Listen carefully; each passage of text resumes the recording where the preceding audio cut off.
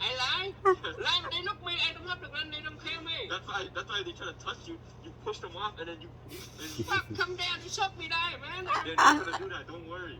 Nobody in there has it. Why you don't go by yourself? You tell me to go for what? I don't want the money, right? Because you're my dad. I'm your dad, but why you tell me you want to go to jail? I'm not gonna go. Don't. That's not gonna happen. You can't think about that. But listen, we don't have a lot of time. I don't want to go to jail, man. You're not. No, yo, Silver. Hey, man.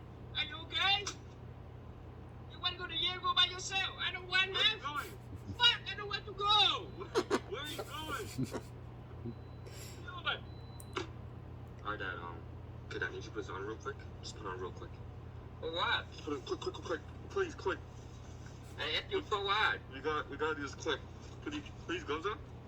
Quick. For what? Come on, man. Why you tell me okay? Put on me. Don't say.